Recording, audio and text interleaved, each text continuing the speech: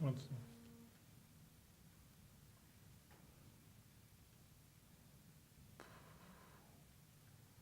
I don't know, I shut this thing off. I forgot now. Shalom, welcome to the Jewish View.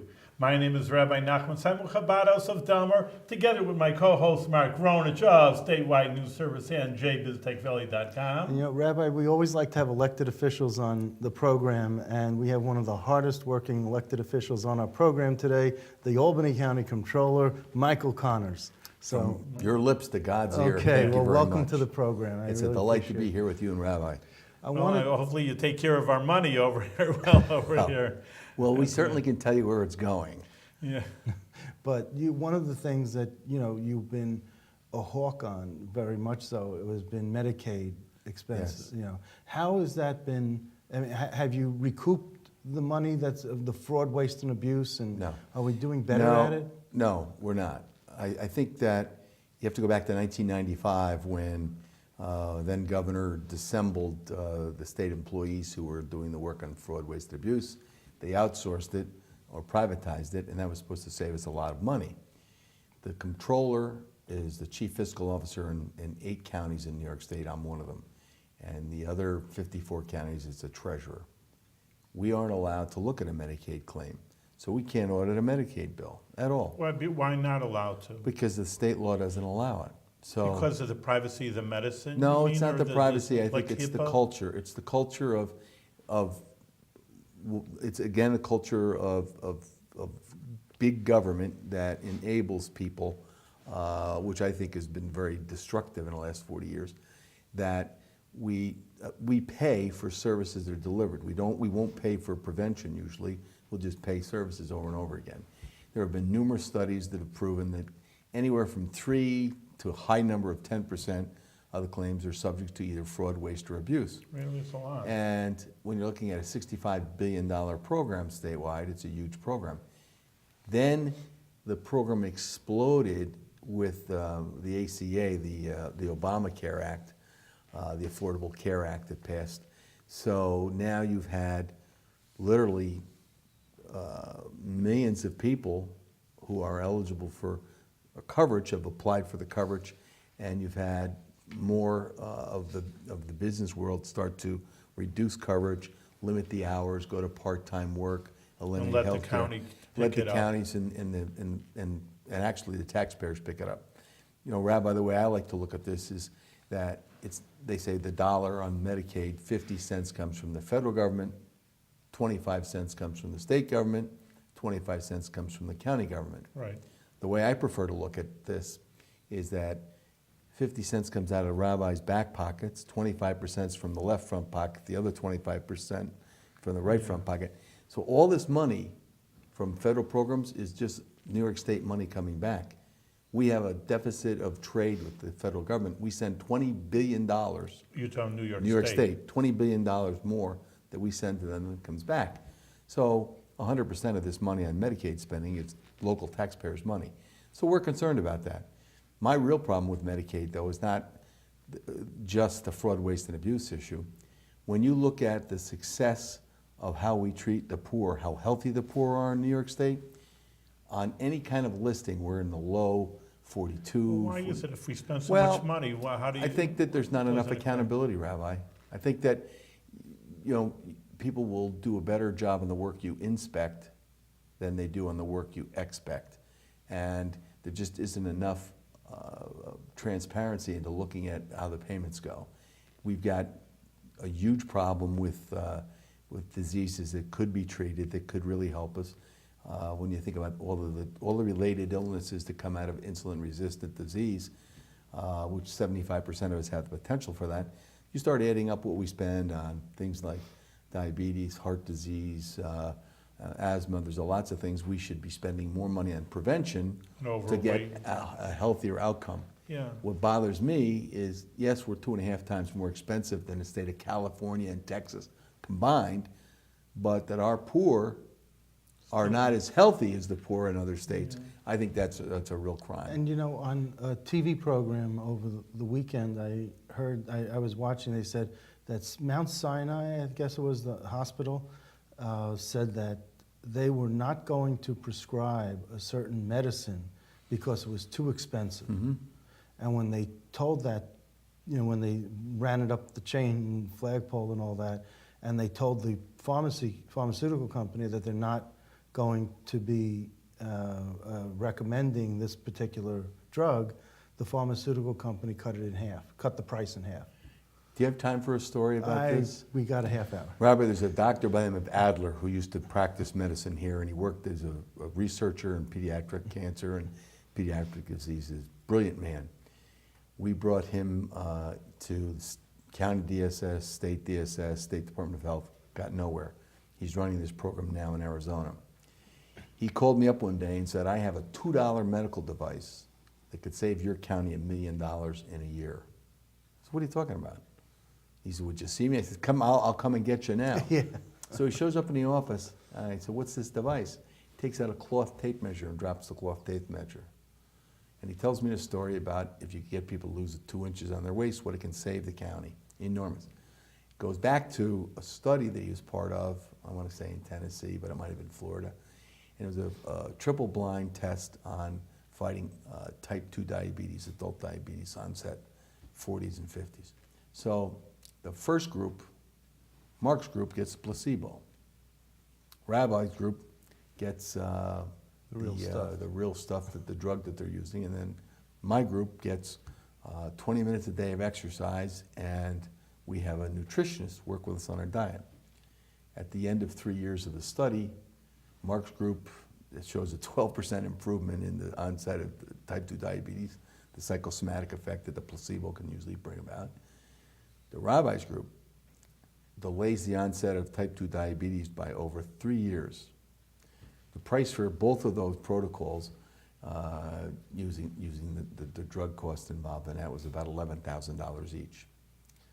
The third group that did the exercise 20 minutes a day and had a nutritionist, they delayed the onset of type 2 diabetes by 10 years at a cost of $3,500 each. Right.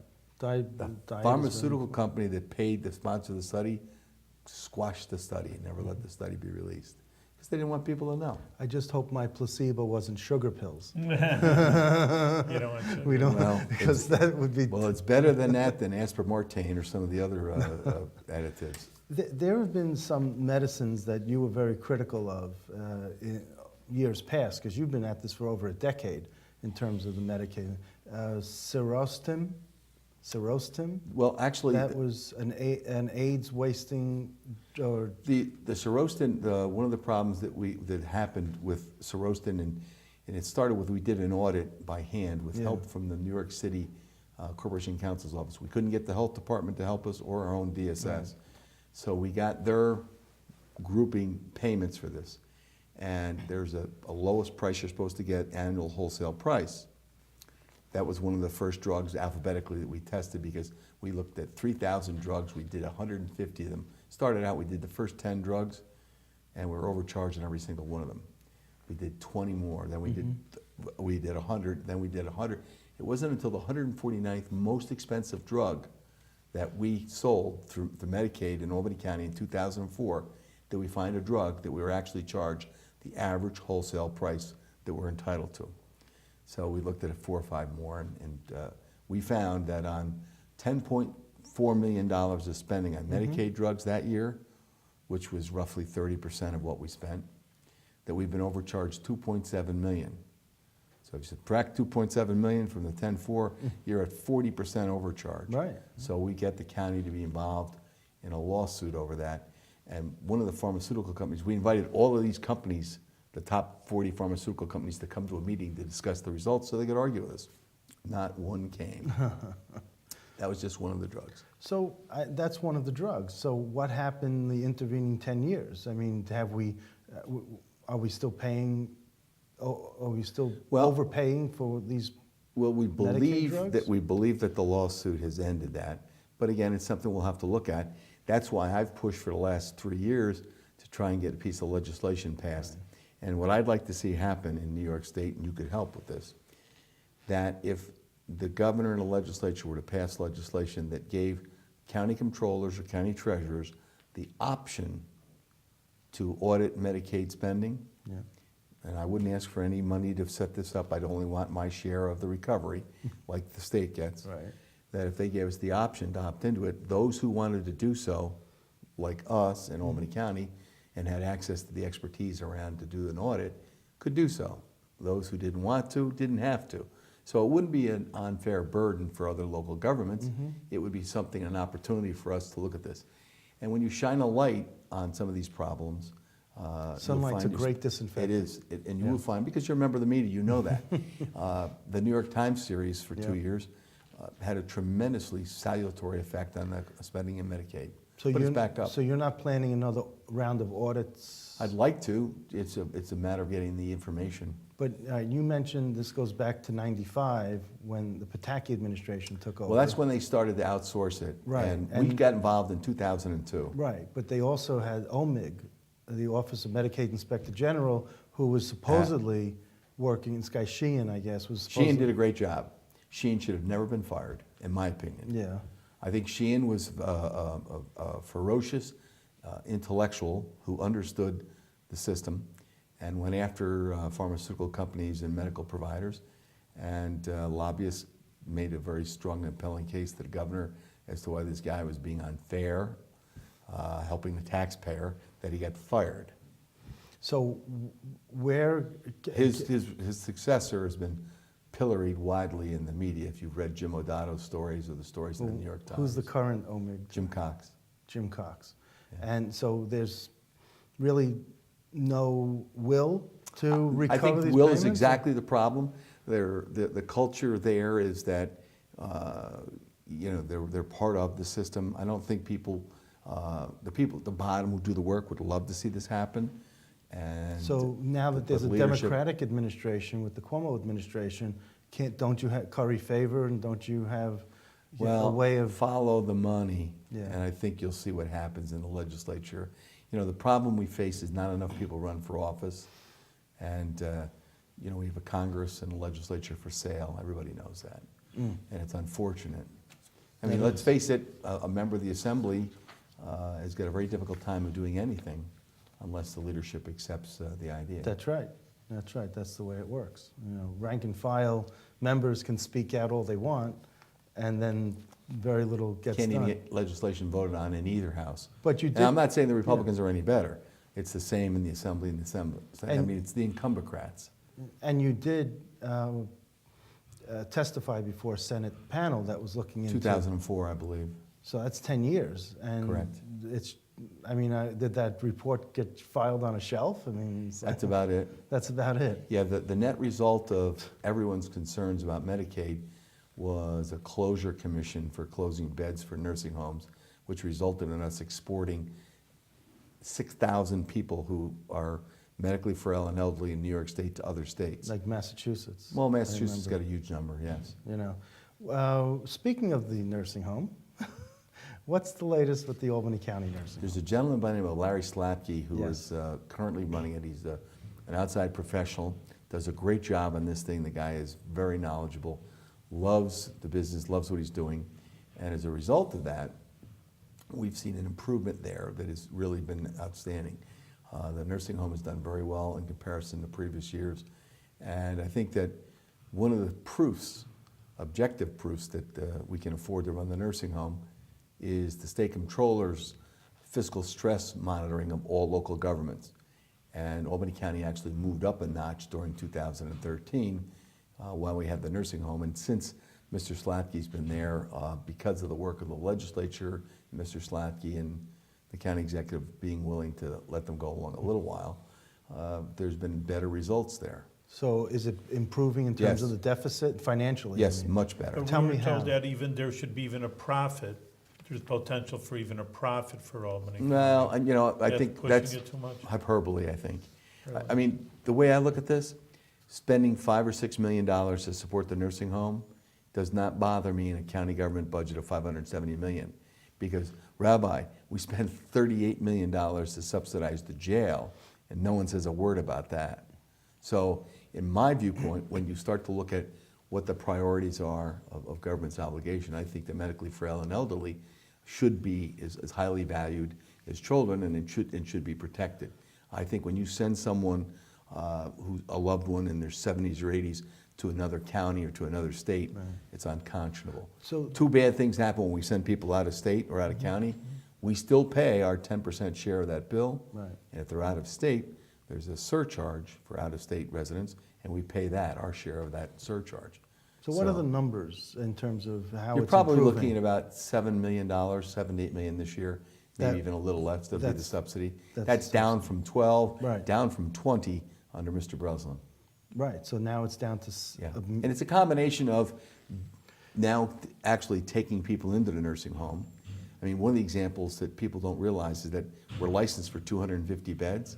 Well, we didn't have actual physical beds to Right. put people in, so we were short 10, 12, 15 beds.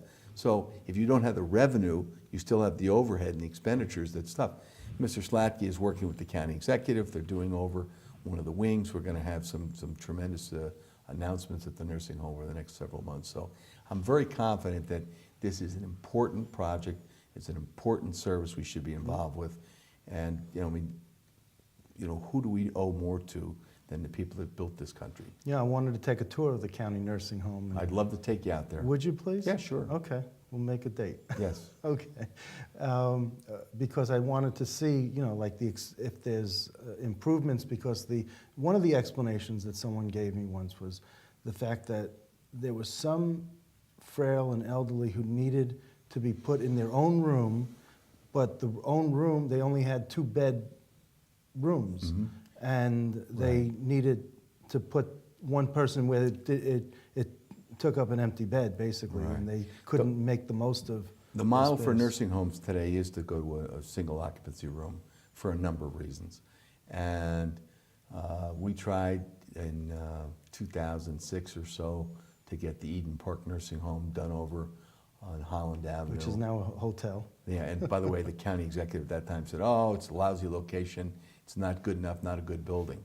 Well, Good enough for a hotel. Marriott Suites thinks it's a good enough building, and so do the people staying there. So when you look at this, it's a function of your rating, what your occupancy is, the severity or the cost of services that you provided or categories of service, and the utilization rate. Albany County right now, because of a lack of some of the software and hardware that's needed, you could take an account or case that we provide services for where the utilization rate is 87.87, you can bring it up to 0.94, 95 without really spending an awful lot of money. And that increase, which I expect Mr. Slatke is going to be able to provide based on what he's done so far, I think you're going to see probably another $1.5 million in revenue come from there. When you fill the beds that you actually are licensed for, we've been down at 202, 208, 212 beds. When you start to fill the beds, the revenue comes here. Absolutely. When you avoid having people, you know, transship to another state and bring back folks here, it's less expensive for New York State taxpayers, and it also provides the revenue to help Albany County Nursing Home. Our biggest single problem is that the New York State Department of Health allows other nursing homes to refuse to take people that are behavior problems or, you know, like me, or people with severe mental challenges, people that need one-to-one care. And that's because of the cost. So Albany County is the home of last resort for that. We have the most challenging client mix of any of the nursing homes around here. If you look at what the average Medicaid billing is, as a percentage of the billing for a nursing home in Albany County, it might be in a low 70, 73, 74, 75%. For us, it's 96%. So we have a much more difficult problem to climb. I think that we're better served to provide these services for our residents here Right. than we are to ship them to Framingham, Massachusetts, and then ask an 80-year-old woman to drive 140 miles one way to see her husband. I think that's unconscionable. I think you can run a first-class nursing home, limit what your costs are going to be, but you are going to lose. Government does lose money. Nobody ever talks about how much money we lose running a DPW in the 5 hill towns, or nobody talks about how much the road patrol costs or how much social services cost. For some reason, there's been an attack on the medically frail and elderly that, yes, these people are not entitled to these services. They're the problem for my taxes. They're not the problem for the taxes. One big problem you've had You know, our current county executive said, well, we have to increase taxes every year to do this. Well, if you think about this, if the tax levy is $90 million, and the $90 million tax levy supports a nursing home where your surplus, excuse me, your deficit, you're providing care there to the tune of $7 or $8 million.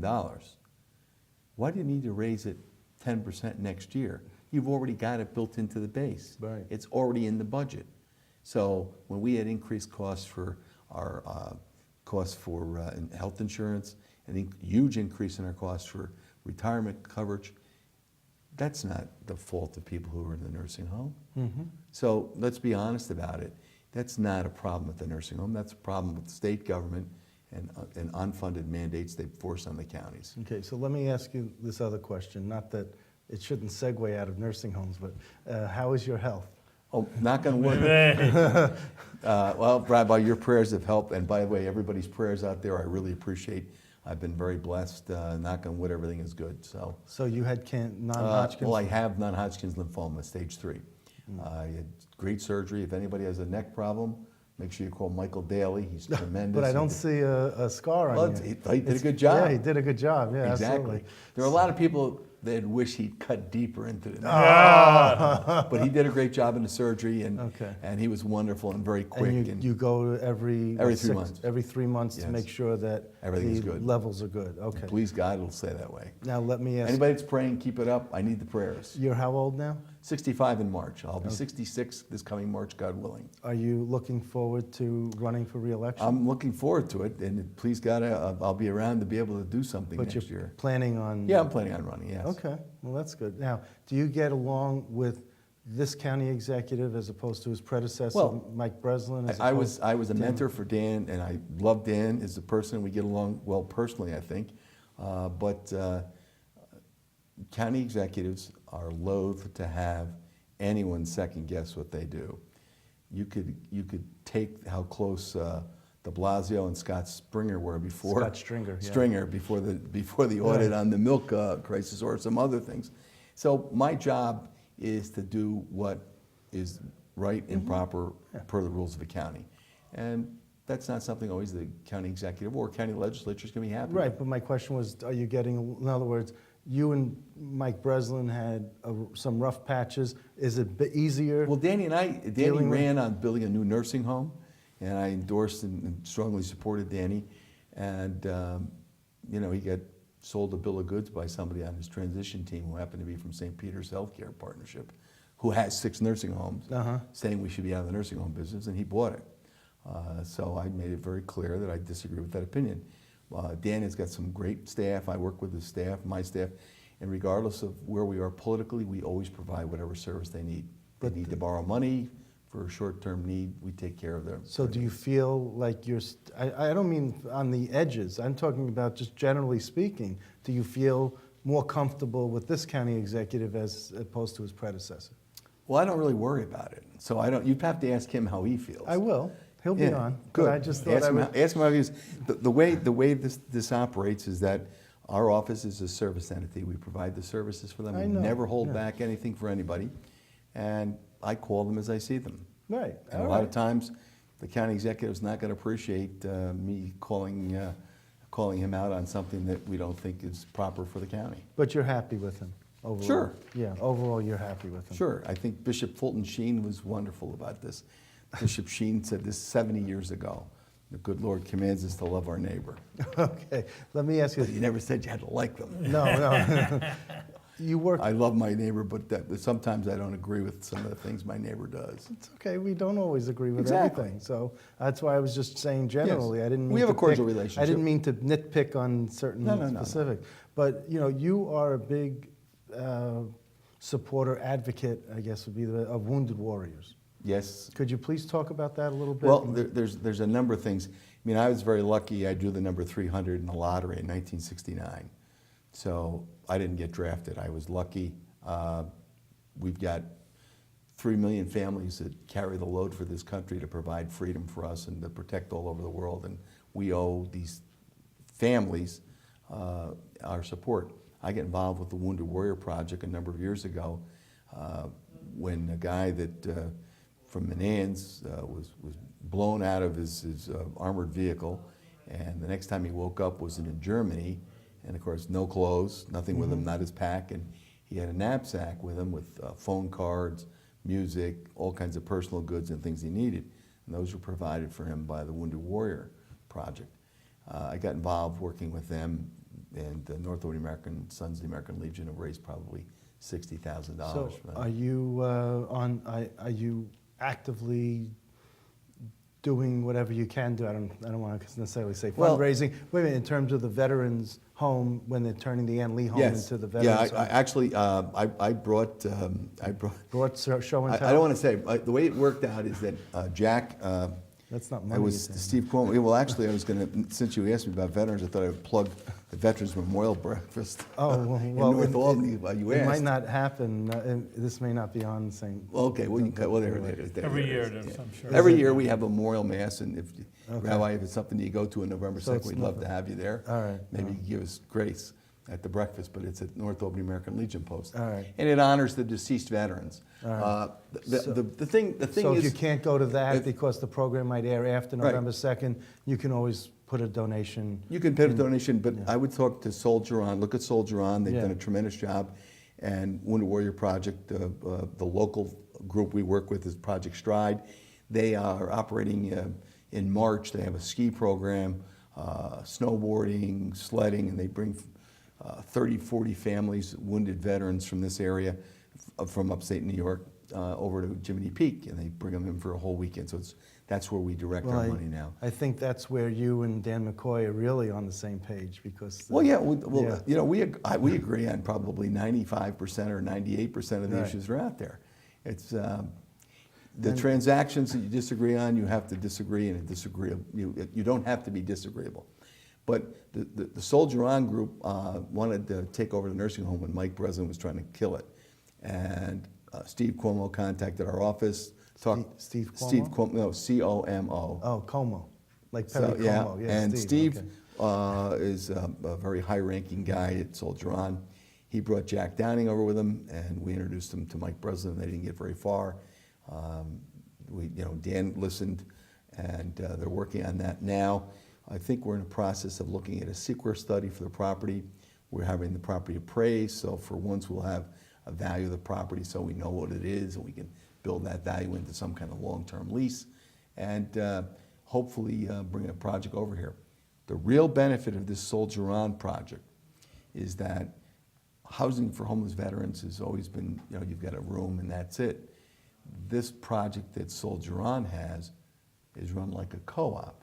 So the people that are living there are owners of the building, and not their apartment, but their percentage. So if there's 20 people, they own 5% of it. If there's 50 people, they own 2%. But they own a share of the block, Right. which is a much different. It's the only kind of veterans program right now in the country that provides housing for veterans, and does it. And I will tell you, I'm a pretty easy touch, and I draw people who are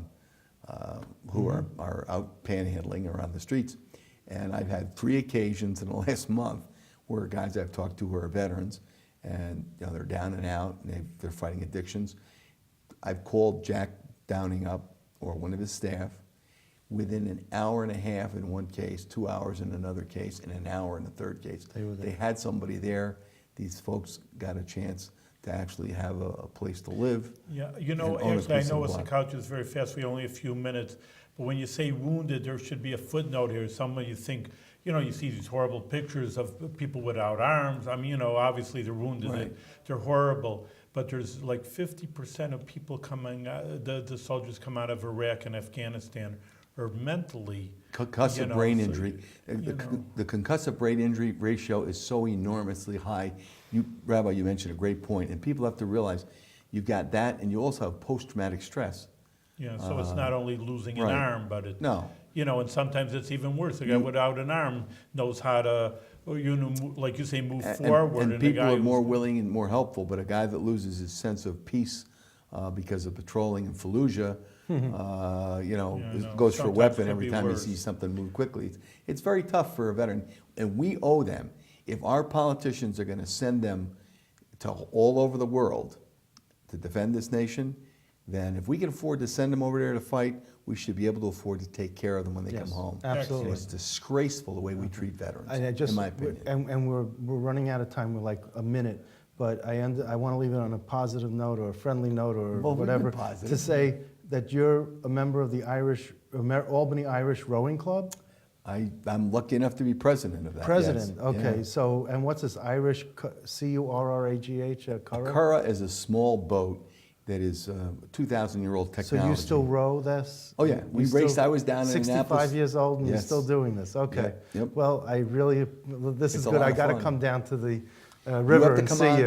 and Okay. Rabbi will get you out. You've got to come Yeah, down on right. a boat. I'll tell we'll make Mark, you a fisher, row. fisher of men. We'll have you out as a fisher All of right, men. well, thanks a But it's lot. great. Thank you very Mike, much thanks for for being here, being on, and keep on with the good work, but and do it with good health. That's right. Mark. Please, absolutely. God. Thank you very much, Rabbi.